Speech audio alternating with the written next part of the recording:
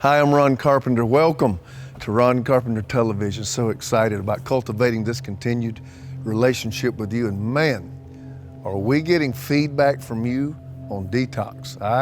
I'm ecstatic that you're enjoying it. That's what I live for. I live for to know that whatever's being preached is having an impact on somebody's life. I don't want to just get up and do what I do. We're certainly not here for entertainment value. But when somebody says that word is changing me or has changed me or it delivered me or it impacted me, that is why we do what we do here at Ron Carpenter Television. And I just want to tell you thank you for the positive feedback. It means a lot to us. It's very encouraging for all the people that help get this to where you are. But we're not finished. We got a long way to go. And I just believe God is going to continue to flush out painful, harmful, paralyzing experiences in your life where in your mind, in your soul, something was so traumatizing, something hurt so bad that it seemed like life just stopped.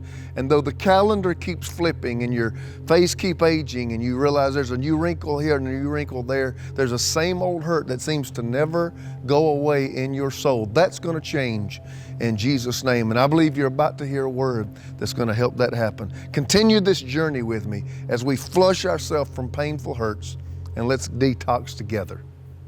Deuteronomy chapter 1. Nevertheless, verse 26, you would not go up. This is Moses. Deuteronomy is his swan song. He started in Exodus, Leviticus, Numbers, Deuteronomy. You'll hear about Exodus.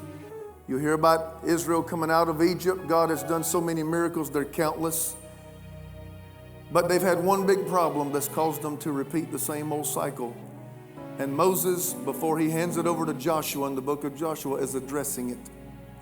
So he's rehearsed for them the memories of miracles. And then he says, but as for our promised land, nevertheless, verse 26, you would not go up, but rebelled against the command of your God, and you complained in your tents.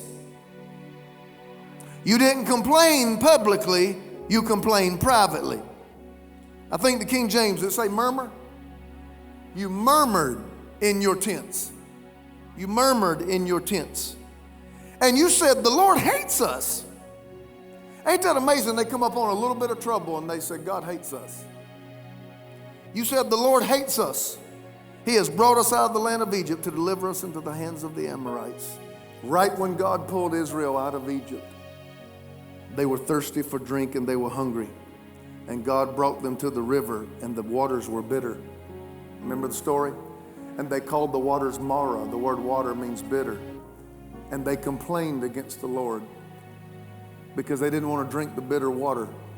And of course Moses had to go and then he had to hit a rock. And then because he hit a rock, he couldn't go in. So one rebellion led to a whole bunch more problems. So they complained and murmured against the Lord in their tents, and they would not drink the bitter waters. Therefore, they encompassed the same mountain 40 years. I'm going to take 20 minutes and talk to you about how do you fall out of favor with God. For the sake of those who are here, I don't want to assume that everybody knows what favor is. Everybody's probably used the term, would you do me a favor? But when it comes to God, a lot of times we may not really understand the true meaning of the concept. Favor, the essence of favor as it pertains to God is when God does something that is totally undeserved. In other words, there was no action required for that blessing. God just released that blessing with you having done nothing on your part and God having asked you to do nothing. It's unnecessary. Meaning the fact that God was under no obligation to do it for you. It's unlike sowing and reaping. When you sow a seed, God has obligated himself to give you a return. If you speak the word, God has obligated himself to perform that word. But when God brings favor, it's just something God does, and he was not under any obligation to do it. So not only is it unearned, not only is it unnecessary, but it is also somewhat random in the fact that God can do it to whom he chooses and God can do it when he chooses. And the word grace, and it is by grace we have been saved, is actually God's, unmerited favor. So when you hear the word grace, you're talking about an act on God's behalf for us. We didn't do anything to earn it. It was not, God was under no obligation. God took it upon himself to give us a gift that we could not earn and we did not deserve. And it's so priceless we could not pay for it. So God, in his grace or his unmerited favor, has given us something that we could have no wise got outside of him just deciding to do it. A lot of people get agitated when they see the favor of God on somebody else. This is not original with me. It's been said by many preachers before me. But one moment of favor can take you further than a lifetime of labor. And though I have labored hard for 25 years, God could just turn his face toward redemption and do more in a moment than we have done in a quarter of a century. Do you understand that's the nature of favor? Tell your neighbor, say, don't get agitated when you see God bless me. Tell them, don't get agitated when you... Because favor is not you getting somebody else's. Favor is you getting what's yours. Favor doesn't come so you can get mine. Favor comes so you can get what God's got planned for you. So you don't need to be mad when I'm walking into mine as though you don't have one too. It's just the times and seasons of your life. God may not have released it yet, but everybody is going to have the seasons of favor where they walk into where God just does something. And you know what? Those of you who are in a bad season when God is favoring somebody else, you better learn how to clap when they come into theirs, because God will watch how you treat somebody else under a blessing to see whether or not he's going to release yours. Somebody say he's talking about favor. He's talking about favor. Favor, the whole Bible is a book of favor. It manifests itself in so many ways. I certainly don't have time to talk about all of it. God can show you favor by giving you information on things that are to come so you can prepare. God told Noah there was going to rain, but he didn't tell nobody else. So everybody else was getting wet, but Noah was prepared. Why? Because when God favors you by giving you inside information, it's not for inspiration, it's for preparation. So you better understand, if God's letting you know something, that means you better get ready while there ain't nothing happening, because once it starts raining, it's too late to build an ark. You got to build an ark while it ain't raining so that when it rains, you can go live in what you built while it wasn't raining. I am talking to somebody who's got it good right now and you're not experiencing any rain. You better be building the thing that God's telling you to build, because when trouble comes, you're going to have to go live in it. Somebody shout in this place. God told Paul what would happen if he went inside of Rome. God many times gave inside information of things that were to come. That is the favor of God. The favor of God can manifest itself in many different ways. The Bible says that we have favor, that Jesus grew in favor with God and with men.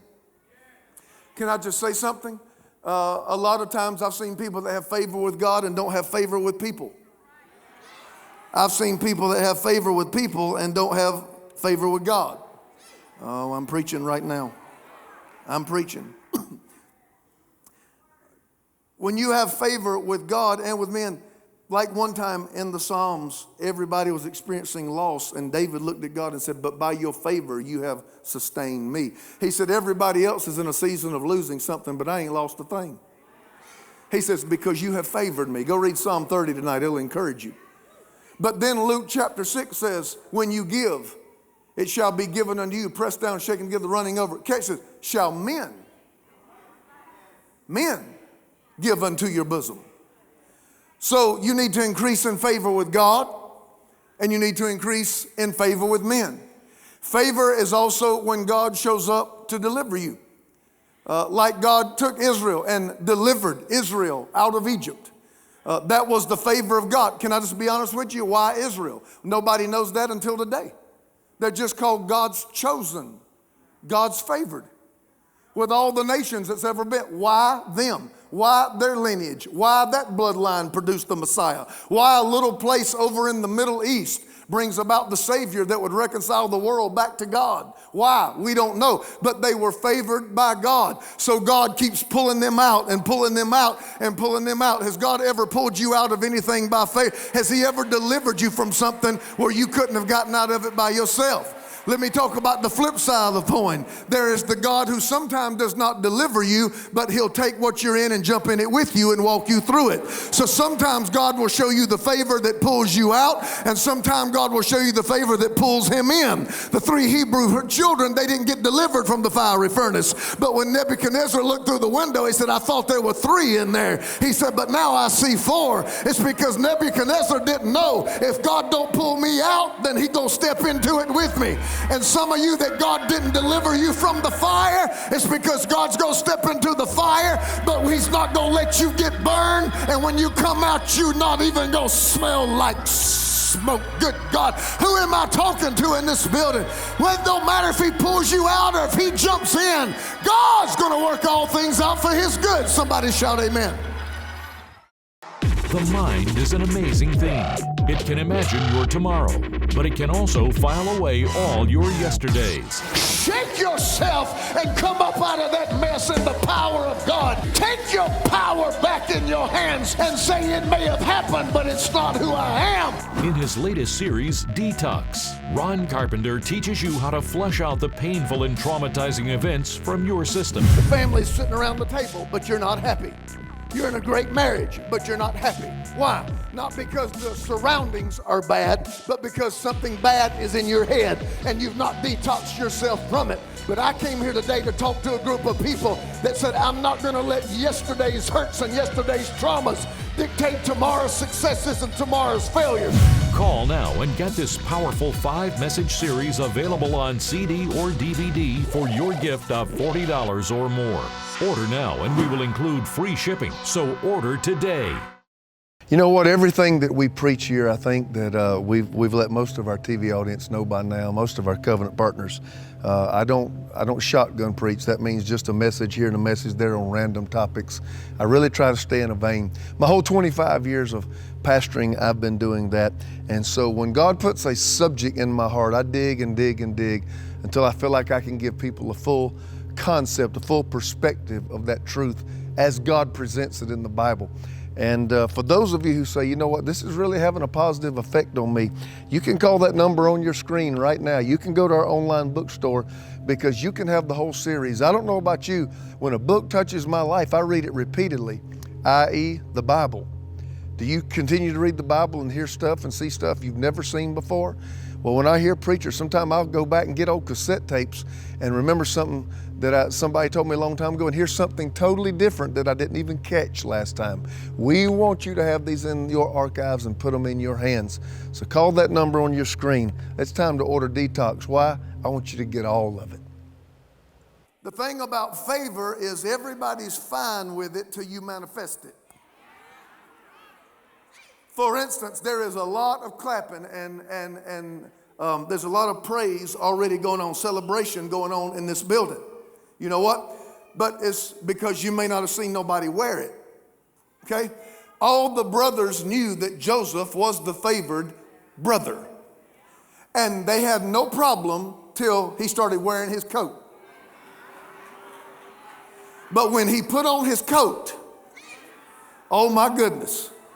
Why? Because that coat was a physical representation of the fact that he was favored above his brothers by his father. And they were okay with the idea, but they were not okay with the manifestation. And when people see, everybody in here is clapping that we got favor. But when you put on your coat, you're going to find that favor is a revealer of hearts.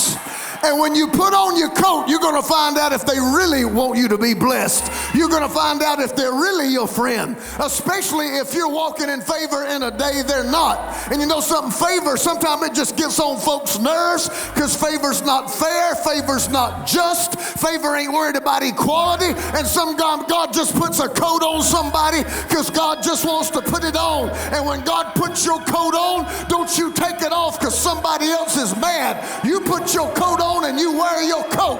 That's the coat your daddy gave you. How dare you take your coat off?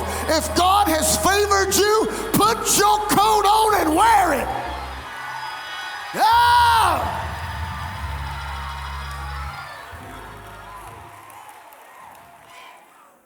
I could go on over and over. The whole Bible is a book of favor. The whole Bible. Not only Israel. Joseph was in prison. The jailer gives him the keys. You just don't give the guy behind the bar the key. Ruth, the Moabitess. There are historians that say actually during the time Ruth met Boaz that Moab was under a 10-year curse. That's not in the Bible. It's under other historic writers. That Moab. So God brings a woman out from under a curse who's a beggar to meet the wealthiest man, and uses a woman out of a curse to bring about the bloodline of Jesus. And then takes Esther, who becomes Miss Persia. And all we know about her is that she was pretty. She may not have had one other attribute. She may not could have sing. She may not could have sewn. She might not could have cooked. She may not have been very smart. She may have walked around, didn't have a thought in her head, clanging around in her head. But she was pretty. Somebody look at your neighbor and say, work what you got. You got to work what you... All we know is she was pretty. And God used her beauty to save a nation. Whatever you got to work it on. On and on and on. Okay, whole Bible. God had done so many miracles for Israel that, to be honest with you, I've spent over 30 years of my life in the Bible, but if I tried to name every one of them off, I'm sure I would skip a few. And they came to the time where Moses, and the Bible doesn't say this, but I'm going to read this between the lines. Moses coming to the end of his life, Deuteronomy, his swan song, I think there's a frustration where he keeps reminding them of what could have been. He starts out in Deuteronomy 1, he says, we have circled this mountain long enough. I mean, most times they say older people don't want to change. Here's Moses. He's like, I am tired of this. I'm tired of this. He said, but you wouldn't go in. He said, and the reason you wouldn't go in is because every time you came up on a hardship, you murmured in your tents. He said, in other words, the God that brought you out by a mighty hand, who sent plagues on your behalf, who broke the will of Pharaoh, who destroyed his military in the Red Sea, brought you across on dry land, pillar of cloud by day to give you air conditioning, pillar of fire by night to give you a heater, let you wake up in the morning and manna on the ground. When you wanted meat, let quail fly low, that delivered you from the hand of the enemy, that gave you water out of a rock, so on and so on and so on and so on. He said, but every time you came up on a hard place, you complain.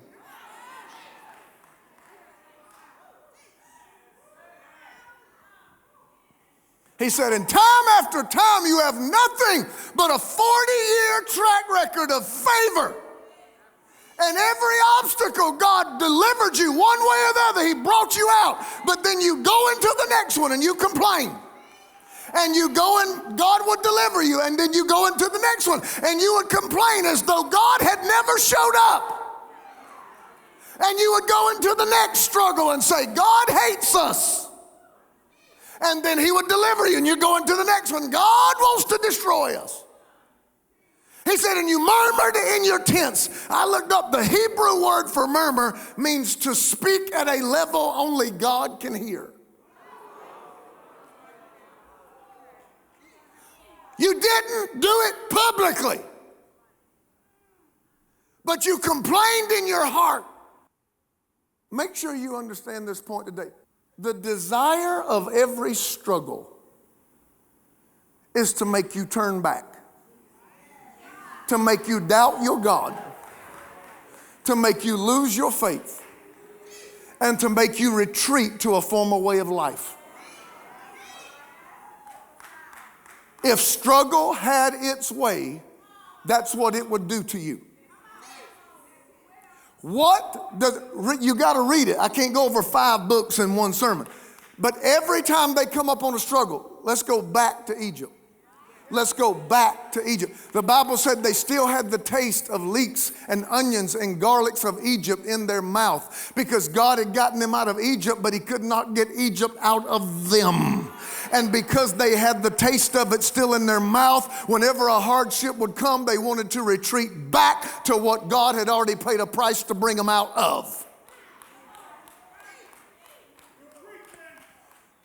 And so Moses finally looked at him and said, the reason we are circling this mountain is because after God showed you favor, after favor, after favor, after favor, after favor, finally your complaining hit a tipping point with God where he let you circle the same place.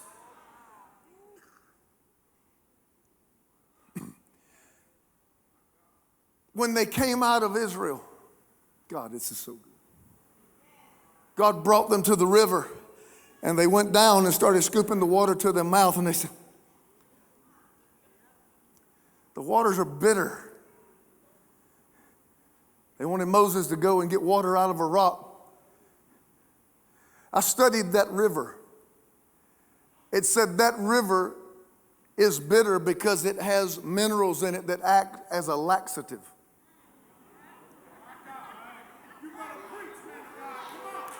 They had the taste of Egypt in their system.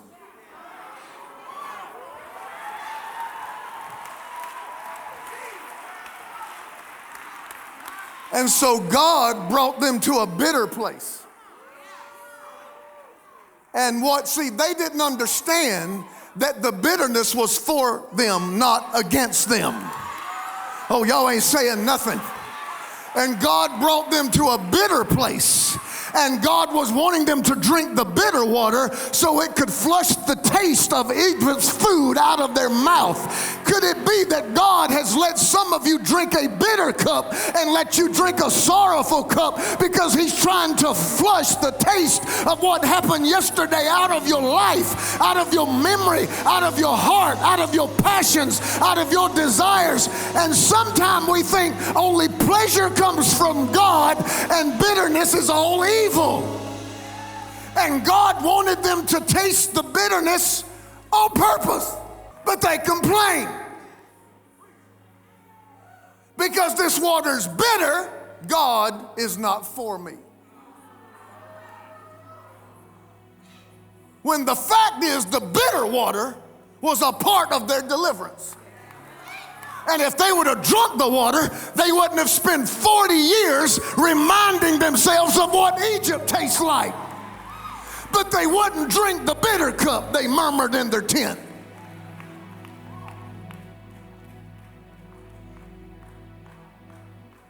Bible says when he brought them out that the easiest way, Dr. Paul, you've been there, I hadn't been there, I'm going to go sometime soon, would have been for them to go right up the Mediterranean coast, right up the beach line, right up the shoreway. About a 2.5 week journey, they could have been in the promised land. They said the most 3 weeks. And God said, but I will not take you that way. I'm going to take you another way lest you encounter the Philistines and you're not ready to fight. You're not trained military soldiers. You're a band of slaves. So I'm not going to take you the easy route. I'm going to take you the long journey, lest the Philistines encounter you and you lose heart and turn back. And they complained, and they complained. Why are we going this way? Why are we going this way? Why are we going this way? And they didn't understand that the long route was not God hating them. The long route was God saving them. I am preaching. The bitter water was delivering them, and the long route was delivering them. But his ways are not our ways, and his thoughts are not our thoughts. And just as the heavens are higher than the earth, so are his ways higher than our ways, and his thoughts higher than our thoughts. And I wonder how many miracles and how many times I've lost them and how many times I fell out of favor because I was mad at the way God handled my life. The mind is an amazing thing. It can imagine your tomorrow, but it can also file away all your yesterdays. Shake yourself and come up out of that mess in the power of God. Take your power back in your hands and say, it may have happened, but it's not who I am. In his latest series, Detox, Ron Carpenter teaches you how to flush out the painful and traumatizing events from your system. The family's sitting around the table, but you're not happy. You're in a great marriage, but you're not happy. Why? Not because the surroundings are bad, but because something bad is in your head and you've not detoxed yourself from it. But I came here today to talk to a group of people that said, I'm not going to let yesterday's hurts and yesterday's traumas dictate tomorrow's successes and tomorrow's failures. Call now and get this powerful 5-message series available on CD or DVD for your gift of $40 or more. Order now and we will include free shipping, so order today. I hope that you've enjoyed today's message. We're really excited about Detox. Thank you for the feedback. Continue to let us know any impact, positive or even negative. We can take criticism too, that this may be having on your life. You know what? I just want to tell you, I'm on Facebook, I'm on Twitter, I'm on Instagram. And for those of you who say, I want to get more of this, I want to cultivate the relationship. A relationship is meant two ways, time and communication. And on our social media, I'm talking all the time. I'm always communicating and would love to have you go over there and follow me and let you hear the daily devotions, let you hear the nuggets, the words. Sometimes even I just get on there and pray for people. Love for you to be a part of that, so check that out. Also want to let you know, I want to say thank you to those of you that have supported us for so long. We are in the midst of many new endeavors because I don't just want to reach the church, I want to reach the lost. And that means going to many different markets, many different peoples. That means overdubbing, getting things translated into new languages. And we are investing in seeding and trying to go out and expand the platform of this message into many countries until we've reached the whole world. I need you. Would you help us? Would you consider, if you've never given that first time gift, if you've been giving, would you consider what God would have you do this month? Would you consider becoming a monthly partner where we know we can count on it every month, a month in and month out, and we can make decisions based on that seed that you've sown. May God richly bless you. And for this first time gift, those of you who be giving for the first time, we have something very special for you to say thank you. But make no mistake about it, we could not do what we're doing if it were not for your relationship and your partnership. Thank you for your prayer and your support, and together we're going to detox. Join us every week for another exciting message from Ron Carpenter. And until then, visit us online at roncarpenter.com and discover encouraging resources to help you reach your greatest potential in your Christian walk. And when you visit, consider partnering with our ministry team to help us take this life-changing message to the world. Our goal is to take the message and ministry of Ron Carpenter to a worldwide audience, but we can only do it with your help. And don't forget to connect with Ron every day through social media. Thank you so much for being a part of this ministry, and we'll see you again next time for another challenging message with Ron Carpenter.